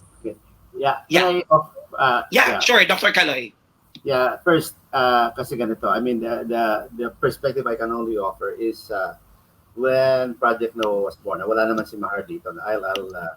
Kasi, how when Noah was born, it was out of the Ondoy, no? Ang ginawa ni Mahar is kasi pangit pa yung mapping ng LiDAR, wala pang LiDAR noon. They got a crowdsourcing when it was still na hindi pa masyadong uso. Gaano ba kataas yung mga baha sa inyo? Okay, hanggang tuhod, hanggang baywang, yung ganyan. Tapos ilagay nyo kung nasaan kayo diyan sa lugar. So from that response, nakita nila yung yung areas talagang mas matinding mabaha. Kasi before NOAA, before LiDAR, hindi talaga alam ng tao kung saan yung mga susceptible. What that told me is that people are willing to learn. At saka, in fact, dapat pag-aralan mismo yung social response on Project NOAA. Nang hinayang talaga ako na namatay yung project na yan. Kasi that's the social aspect that the Filipinos are quite responsible. At saka even the synergy between the scientists and the politicians. Not all politicians are bad. I mean, even if I'm, I'm tempted, to say otherwise. Huwag kayo magsalita ng ganyan, kasi talagang nakita ko talaga na may mga nagre-respond naman, lalo na pag yung tao nila, yung lugar nila ang madadali. Okay? Mahar can give you examples on this. Kasi ang ganda doon sa disaster response is pointed. Hindi, kasi for example, nakakita ka sa NTC ng, general warning. General warnings are useless. Na babaha ngayon. I mean, what does it affect me? Kung may lindol. Pero kung sa lugar ko, dito ngayon sa PNRI, at 4 o'clock, may tatamang, tawag dyan, 2 meters na tubig. I mean, so may in fact, maganda yung model. I think it must be pursued. So yun po yung isang yung social responsible at saka active na rin kasi social media yung mga tao. So pwede sila pati first, they can calibrate kasi the government has projects. They can calibrate ano ba yung tama, ano yung naging mali, what we can learn from that, no? So yun yung dapat tapos ang isang maganda rito, yung LGU people sana mas tech savvy. Kasi or kung hindi sila tech savvy, they have the humility to turn to people who are tech savvy para magtatanong. Kasi isang example yung disaster maps, iba kasi yung I don't want to baka patayin ako ng mga kaibigan ko sa MDB. May mga disaster maps kasi pero yung scale hindi kasing ganda. Not all disaster maps are the same. Meron talagang mas accurate. In the meantime, i-criticize mo yung mga kasamahan mo. Naku, alam mo naman, yung mga scientists talagang yan. Some maps are disasters. In fact, actually, palpak na kasi gusto ko sana pakita nga yung sabi ko kaya yung politician, hindi lang sa even academics, especially academics. I'll give you one example dito sa UP. May nag-accuse sa amin na dapat kami, anong tawag diyan, or some people, because we should have called the storm surges as tsunami. Now, I'll bring it up to you, Father Alejo. Even you're a priest, okay? Will you say something is not when it is not?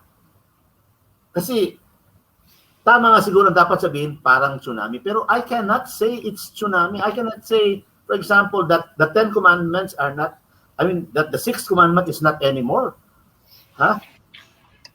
Pwedeng sabihin na yung storm surge ay parang tsunami, pero huwag mong sabihin sa akin, sa scientist, didiktahan mo ako na tsunami yan. Let's say, ha? Hindi pwede yun.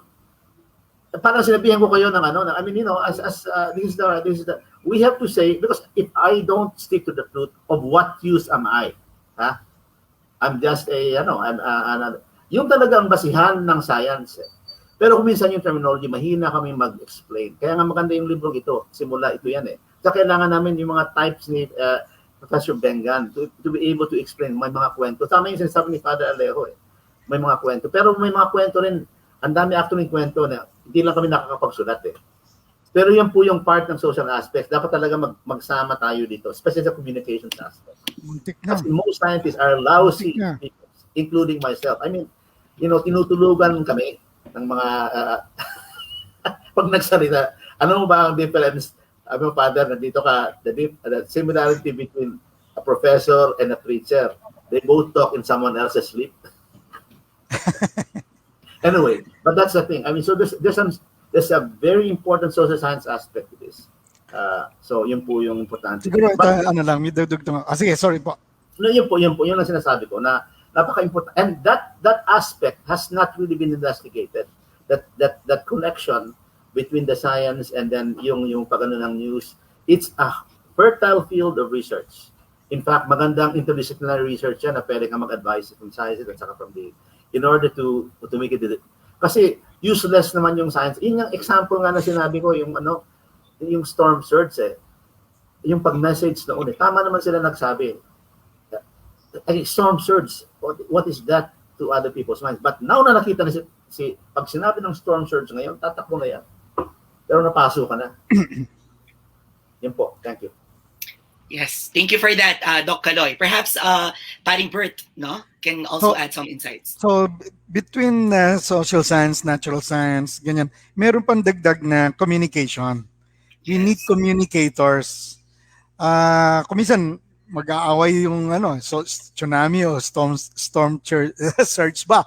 Depende rin yan eh. Kailangan ng magaling na communicator. Katulad noon, sabi ko nga, ano ba ibig sabihin ng signal number 1, number 2, number 3? Yung iba sinasabi, pagka nilipad yung sinampay mo, ay lang yan, signal number 3. Pero pagka humapa yung nyog, yan, number 2 na yan. Pero pag bumagsak yung puno ng nyog, iba na yan. So, kailangan makahanap tayo ng mga ganong idioms. And ngayon, sa totoo lang ang alam siguro ng tao ay yung thesis, yung doctor dissertation ko, yung generating energies. Sa totoo lang, ang original na interest ko sana, storming culture, an ethnographic fieldwork on typhoons. Ang plano ko sana mag-fieldwork habang bumabagyo doon sa Samar. At tignan ko kung ano nangyayari sa kultura habang bumabagyo, anong epekto ng bagyo sa kultura, sa relasyon ng mga tao. Kaya lang, walang makapag-advisor sa akin noong mga panahon na yun. Medyo maaga-aga pa. Pero may sinulat akong article, yung Storming Culture, Cultural Dimensions of Natural Disasters. At ang isa sa mga nakita ko dito, hindi lang to ordinary communication. We need to understand basic concepts like time, space, nearness, scale. What is small scale? What is big scale? And what is time? Halimbawa, ano yung konsepto natin ng emergency? Pag sinabi mong calamity ay emergency, at ang emergency ay kailangan ng declaration ng local government. Tsaka palang lalabas yung pondo pagka may emergency na. Pero kung calamity at saka disaster response ay hindi emergency lang yan, pwede kang maglabas ng mga pondo in preparation for disaster. So siguro isang research agenda rin ito. The concept of time and scale of time, which is short term, long term, medium term, in terms of time. Ano ba ang kagyatan? Ano yung madalian? Ano yung pwedeng sakana? Ano yung paulit-ulit na dumadating? Kaya akala mo, hindi na yan emergency. Kasi paulit-ulit naman yan. So, isang ano yan, hindi lang ito communication, kundi yung psikologiyang Pilipino, filosofiyang Pilipino. Ayan, kailangan palalimin din natin yan. Oo. Actually, pwedeng sumingit po doon. Sige po. Sige po. Kasi yung sinabi niyo sa time na yan, at saka even sa concept ng emergency, nagkakatandawanis po kasi ako eh. Kami yung bagyuhin. Ayan, sige, Sabi nga, bakit hindi kayo umaalis dyan? hindi maalis. Hindi maalis-alis sa isip yan. I was there in the strongest typhoon Sining before Haiyan. Anyway, one thing I noticed, pag may bagyo, kasi yung mga tao talaga pupunta rin sa pinamala sa bahay. Walang ano yun, walang question. And it was, it did not de-emphasize. Patutuloyin mo yung taong nangangailangan. Okay? Tapos pangalawa, sabi ng iba, bakit kayo naggagawa ng ganyang bahay na maliliit, yung mga made of yung weak materials? Kasi pag natapos ng bagyo, tatayo ulit, no? Kaya nga, that also is important in, for example, evacuation. Kasi ang gagawin evacuation, lalagay yung mga tao sa bundok na walang hanap buhay. Di ba? Walang kamag-anak. Walang kamag-anak. Pwede ka namang magtayo ng payag doon sa may dagat, malapit. So, mga ganong klaseng pag-iisip. Kasi yan ang problema pag papasok na sa mga NGO dyan, yung mga ibang, lain mga foreigners, bringing their own biases. Let's just build 10,000 houses here. Ganyan yung mga style nila, okay? Para ma-meet mo yung quotas nila. So, isa hong problema yan. Tapos pangalawa naman, yung concept nga po ng emergency. Kasi sa probinsya kuminsan, nakatira kami dati sa dating may-ari, doktor. Pupunta yung mga tao sa doktor pag malapit ng mamatay. Wala silang concept na yung ano muna, that you can actually go, i-grade mo yung yung disaster. Saka yung, it's not just temporal gradients, spatial gradients, it's situational gradients. Okay? To make it more sensitive na ito, na ganito. Actually, interesting. Sa katandaan is may term pala kami sa storm surge. Na-discover ko lang, suoy. So as you can see, while we're discussing, there are many aspects of researches that we can be doing towards this area. Kasi just from the apart from the physical observations, as what Father is saying, and then the cultural situations of this, the communications aspects of this. Very talaga ang tawag yan in my mind, very and I'm glad, I'm very happy that you invited me kasi bihira kami yung makipag-usap ng ganito sa mga ang kukulit kasi pag sa akin, hindi mo naiintindihan ganun. Hindi kasi iba talaga kasi pag mag-explain ka nga ng at saka yung sinasabi mo, Father, I mean, yan, yung concept ng scale. Maraming Pinoy hindi marunong basa ng mapa. Isa sa probinsya, nasaan ba yung lugar na yan? Malapit lang. Nandyan lang yan, okay? Kasi taga doon siya, hindi niya alam na 3 bundok pa lang tatahakin mo bago ka makarating, no? So mga ganong klaseng, so both in terminology and in the nuances, we can still learn a lot. Siguro follow up ko lang doon. Madalas ang temptation naman, sabihin natin na wala silang notion of scale, wala silang notion of time, ganyan. Ang natutunan ko po sa fieldwork ko sa Mount Apo, iba-iba lang talaga. Kasi sa atin, ang measurement of time nasa relo. Whether digital or analog, ganyan. Pwede rin naman na nasa araw, di ba? Kung gaano kataas yung araw. Yung sa mga taga-Bohol, parang ang hirap mag-isip ng planning, pero pag sabihin mo na, bili tayo ng ganitong biik, pagdating sa piyesta, panglitsyo na yan. Ayun, alam niyo. Doon sa Mount Apo, kung kailan magluluto, at saka palang kukuha ng panggatong. Sabi ko, ba't ganyan? Pag umuulan, nakakakuha pa rin sila ng tuyong kahoy. Pero sabi ko, wala silang sense na future thinking, foresight. Pero nung nag-iikot kami sa Mount Apo, kinukunan namin yung mga litrato, yung mga landmarks. Sabi ng isa, Father, paring Bert, dito ang ganda ng lugar na to para sa Ratan. 10 taon lang. Ganito na kalaki yung Ratan. Sabi ko, ano, nasabi mo? 10 taon lang. Wala nga kayong sense ng susunod na panggatong eh. Pero pagka sa Ratan, meron silang alam. Alam nila kung paano susukatin ng taon pagka ikinabit mo yung panahon sa uway, sa Ratan. Ang galing. So, kailangan matyaga tayo bago natin siguro i-apply yung sa atin. Ang NGO, ano ang scale of time? Ano yung short term, medium term? Siguro nakakabit yan, di sa relo, sa funding window. Yes, of Ang course. LGU na ang time frame nila ay susunod na eleksyon. Sure. Mahirap naman yung gumawa ka ng project na ang makikinabang yung susunod na mayor. Di ba? Ang NEDA, 6 years. Yung Mindanao Development Authority, ang ginawa namin doon sa planning ay pang 30 years. Sabi naman ng iba, mahirap na maisipin yung 30 years. Kaya lang, iba yung naman yung paggawa ng barangay road at saka ng mga NLEX. Yes, So, yes. i-adapt din ho natin yung Yes, notion of time. oo. Pero we need to understand the basic framework of time and space. Yes, Tapos, definitely. and relationships. Oh. Especially nag-iiba-iba no yung konsepto ng panahon at espasyo batay sa iba't ibang etnolinguistikong grupo, 'di ba, sa Oo. Pilipinas.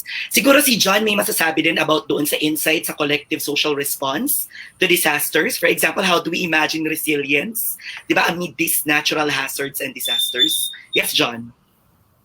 Oo, actually dun sa libro, nakikita natin ito in instances wherein people do learn. Naka-capture naman siya ng libro yung mga instances na natututo yung mga tao at syempre naman bago pa man tayo nagkaroon ng written history nakakaagapay naman yung mga komunidad at marunong naman na tayong maghanda. Pero nakita rin dito sa libro dahil nilatag niya ng isang malawak na timeline, nakikita mo na yung problema minsan hindi sa individual na mga tao, sa mga communities lang, kundi yung sa mga pangyayaring, yung pangyayari sa komunidad, like yung pagdating ng mga kung ano-anong mga pagbabago, gaya ng pagmimina. No? So, at kasi yun nga, if you go to this book, you will really see the evidence of the devastation that mining has wreaked on Davao de Oro. It's there, and then on the book, it's very coldly stated the lives that were lost and the billions of pesos that were lost as well. Money and lives and so, kumbaga, nakikita dito na yung idea natin ng resilience, na parating yung away sa social media, 'di ba, na huwag na i-perpetuate yung notion ng resilience na empty naman. Siguro ang gaya ng ginagawa ng librong ito is yung ang paghahanda ng mga tao ay dapat nakabase sa siyensya at at the same time doon sa alaala ng mga tao, doon sa kanilang mga napagdaanan ng kanilang mga ama, ina at mga ninuno, pag sa tingin ko pag nako-combine ito, mas malakas yung preparation ng mga tao. Nakikita siya doon sa libro kapag matapos na yung timeline. At sa tingin ko, syempre naging critical ako sa timeline para syempre yung mga susunod na mga proyekto, makaka-capture naman nila yung mga dapat i-capture. Pero sa tingin ko, kapag meron ng ganitong klaseng project, yun nga, magandang addition doon sa idea of resilience. Ano ba yung word natin ano ba yung salita na ginagamit natin para i-describe yung ganung klaseng attitude na hindi tayo mamatay-matay, hindi tayo basta-basta lang na matatalo ng sakuna. Pero syempre, dahil may ganito ng mga proyekto, maganda yung nabuksan yan na pwedeng gumawa ng kasaysayan ang main narrative niya ay yung mga sakuna. Actually magandang prompt siya. So dito sa pag-uusap nakikita ko nga yung importance ng collaboration talaga ng iba't ibang eksperto sa iba't ibang larang. So yan na siguro yung ang ibig sabihin ng interdisciplinarity, no, na parati nating gustong makamit. So yun. So hindi na siguro maging sentimental about resilience, kundi maging maalam, no? Yes. At equipped ng scientific na data, at the same time yung deep understanding of the communities and our culture. So ganun. Tama. Oo. Kasi napaka-abstract no, nung resilience na word. Diba? Kailangan talaga natin konkreto o concrete. Diba? Na pagpapaliwanag o imagination dito sa resilience. Okay, I have another question. And this one is about one of the most vulnerable groups in Mindanao. And I'm referring to the Lumad people, diba? Which is now a contested term. Diba? During disasters, it can be said that the Lumad are the most affected. Physically, mentally, spiritually. And we have seen this during Typhoon Pablo in Compostela Valley. Diba? I believe Arnel Mardocchio has made films about this. Ang Tigmo sa Akong Pagpauli, Riddles of My Homecoming, and then Iisa, which was directed by Chuck Gutierrez. No? My question is, will there be concrete ways to avoid the massive effects of disasters to the Lumad? Or what will be the more emancipatory means and modes to, for the lack of better term, protect or spare the Lumad people from disasters? Can I take a stab at that? Sure, Doc Kaloy. Yeah. Kasi ganito there are disasters that we cannot do anything about. Meaning, for example, you cannot stop a haiyan, a volcanic eruption, or an earthquake. But what we can provide are warnings. So ang kulang talaga doon yung communications, no? But I tell you, sinabi ka ni Father Alejo kanina, when I would go with Lumads as guides, they have a certain sense and nature na magaling sila. For example, yung pag even to sense na padating yung rain, yung mga ganun. The thing is to how to translate warnings into their language at saka doon sa kanilang. Kasi pag na-warning naman, alam na nila yun eh. I mean, one unfortunate example na marami talagang namatay, yung Pinatubo eruption. Maraming ETA kasi nalikas mo lahat ng tao, pero yung mga nandoon sa bundok, talagang, at saka sila mismo ang nagsasabi na alam na namin ito. It's easier for an educated person to, I wouldn't say na, kasi lumawak na yung perspective natin that, na pwede pala ako magkamali na yun pala meron palang bago ditong pinakita sa aking satellite data. Now, how do you translate that to the Lumads? Because I'm sure they can learn tawag yan, getting things like from cell phones. Yung Project Noah ganun eh. Naka-cellphone yung access, and I believe they can easily learn it. So it's a matter of communication. But it's not easy for a scientist to do it. Ang hirap. Kailangan namin ng katulong sa pag-explain doon sa mga ganun. Pero hindi pwedeng sabihin na we can protect them kasi there are things that we cannot do anything about. But at least you have to step out. You cannot face debris flow. You just have to step aside. But knowing when to step aside is the key. Yun po. Thank you for that, Doc Kaloy. Paring Bert, do you want to add? Yeah, actually malawak tong discussion na to eh. Siyempre, walang kapalit yung talagang leadership formation at nung mga leaders, no? Tapos meron kasi sa kanila na mas advanced na mag-isip eh. Suportahan natin yung mga yan. Hindi naman kailangan na ang pagsuporta sa Lumad ay paraging pangmaramihan. Merong pailan-ilan dyan na ang daming alam na lingwahe kasi malikot. Nanliligaw sa iba-ibang tribo. Merong mabilis. Kasi kaya nga, pagdating ng ibang foreigners, meron na agad translator sila nakukuha eh. Merong mga mabibilis dyan. Suportahan natin yon.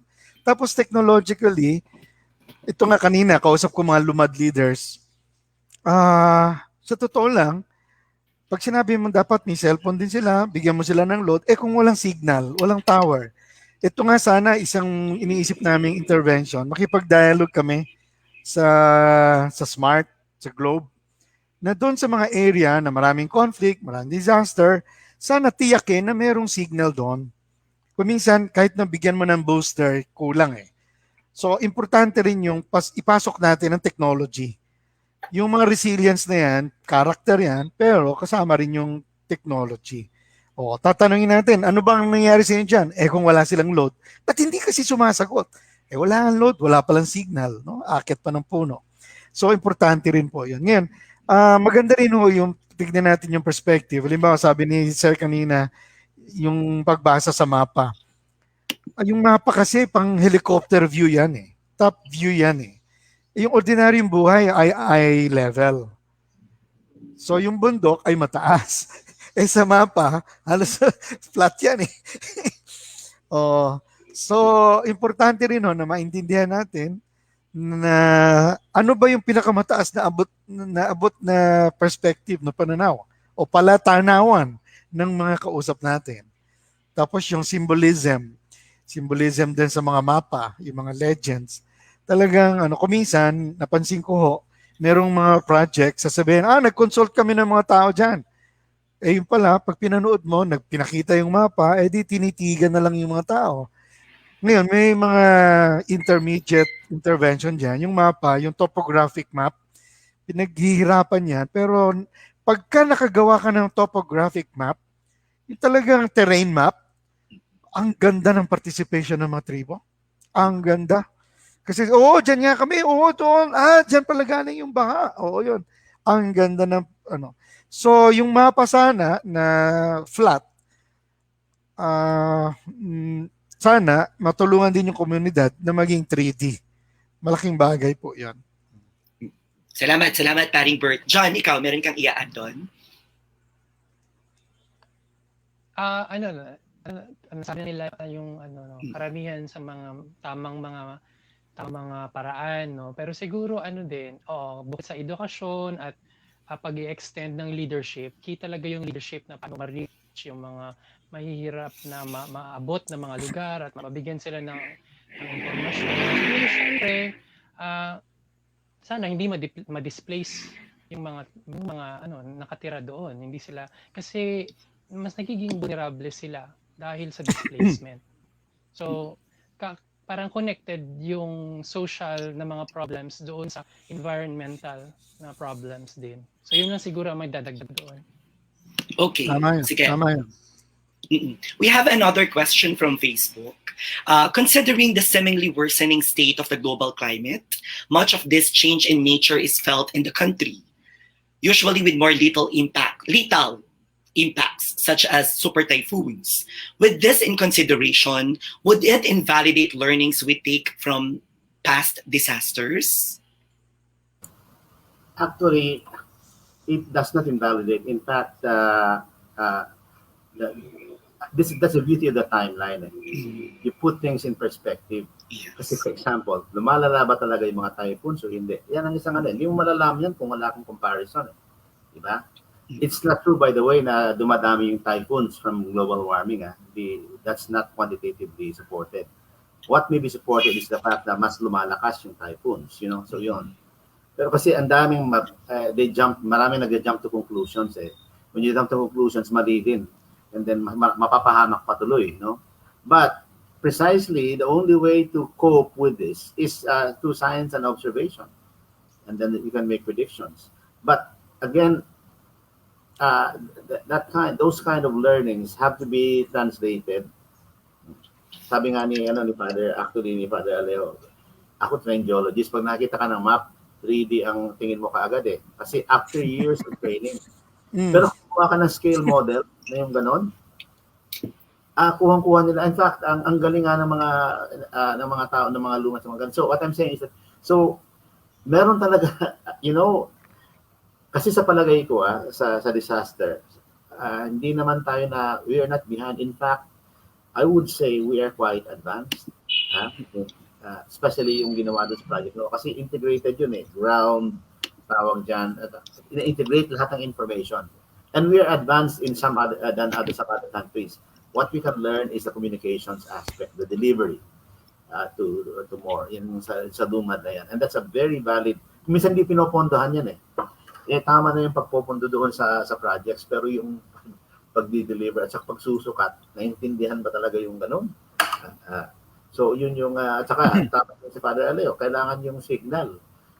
Pero actually, I think you can convince as charity diyan sa kinapangilinan, may-ari ng mga na magtayo sila ng doon kahit na isang doon sa mga Lumad areas. It actually will help, it will help a lot in the peace situation. Kasi may communications eh. Kasi may you will not just be tawagan hostage kung sino dumating doon, mag-teach in ko kayo lahat, no? I mean, wala namang problema sa teaching, pero ako gusto ko rin mapakinggan ano ba yung mga ibang perspective diyan. So one thing, the Lumads are not ignorant. I mean, tama nga si Father, may mga magagaling diyan at saka may mga sa lahat. May mga magagaling at saka hindi magagaling eh. Ganun din yan eh. May kasama po naman eh. May kasama kong Lumad, nag-graduate sa UP Civil Engineering. Kaya nag kami, sabi ko, itong kasama kaibigan ko, Manobo ito. So, yun po yung itong tanong na yan, walang problema kung science, ang problema natin, how to communicate. Tama. Key po yun. Yes, definitely. Yeah, Doc. May dadagdag lang ako na may iba pang aspects siguro dito na dapat tignan. Halimbawa, nung nasa Mount Apo ako, tinatanong ko yung DNR, ano yung record nila ng forest fires? Halos wala silang document eh. Pero mahalaga yung forest fires eh. Lalo na sa nakita natin na warming, yung nakita natin sa Australia, sa Indonesia, umaabot yung usok sa atin. Hindi magtatagal, tayo rin mabibiktima ng mga malalaking forest fires.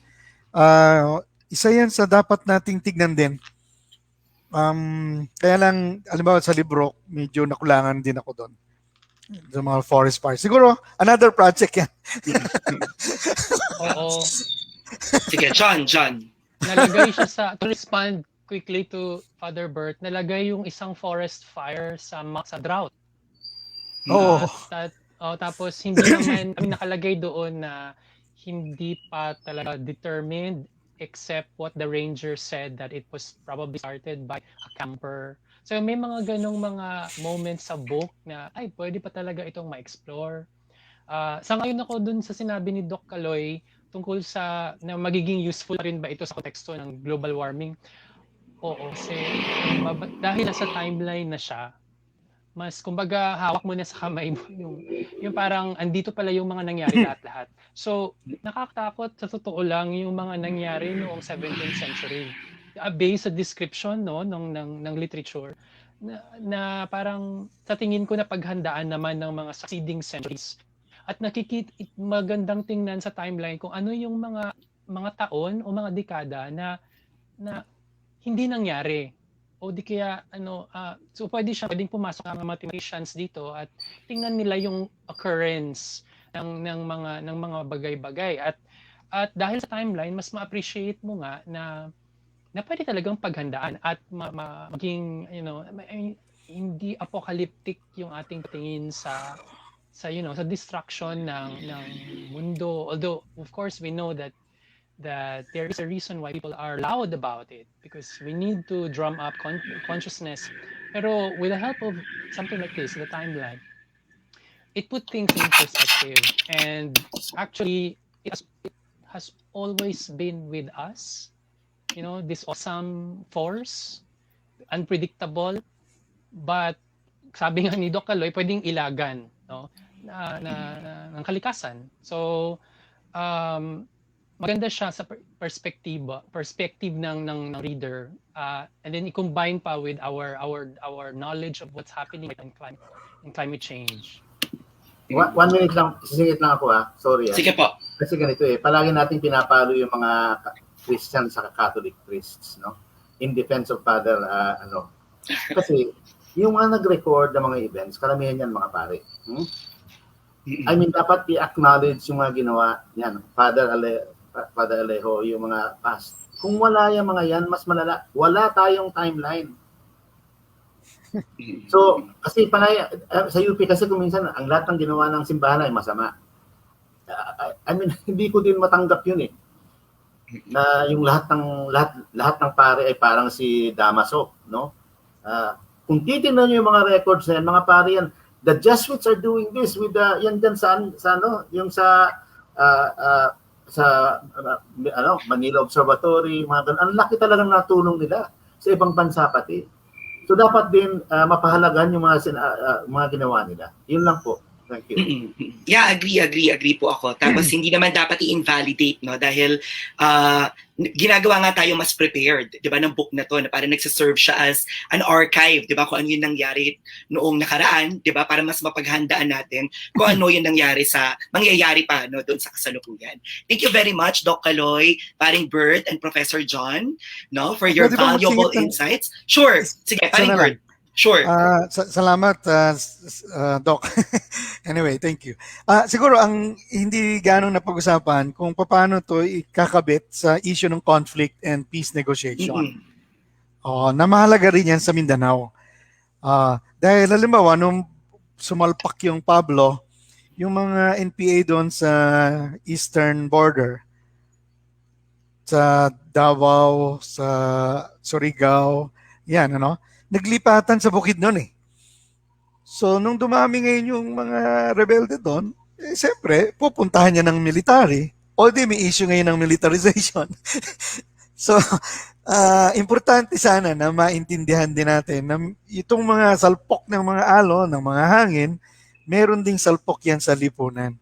Tapos, kung minsan naman, kapag may drought, pati yung mga rebelde ay nagugutom din sa itaas. Sumasama rin sila sa pila para humingi ng relief. Sa Atse, nung sumalpok yung tsunami, nakatulong yung baha sa peace negotiation. Pare-pareho tayong tinatamaan dito ng bagyo. Pare-pareho tayong sinasalpok ng alon. Magtulong-tulong na lang tayo. Iba-ibang reliyon. Itong disaster na to, pwede ring agenda ng interreligious dialogue. Yun. Okay, period na ako. Yes, thank you very much for that, paring Bert, no?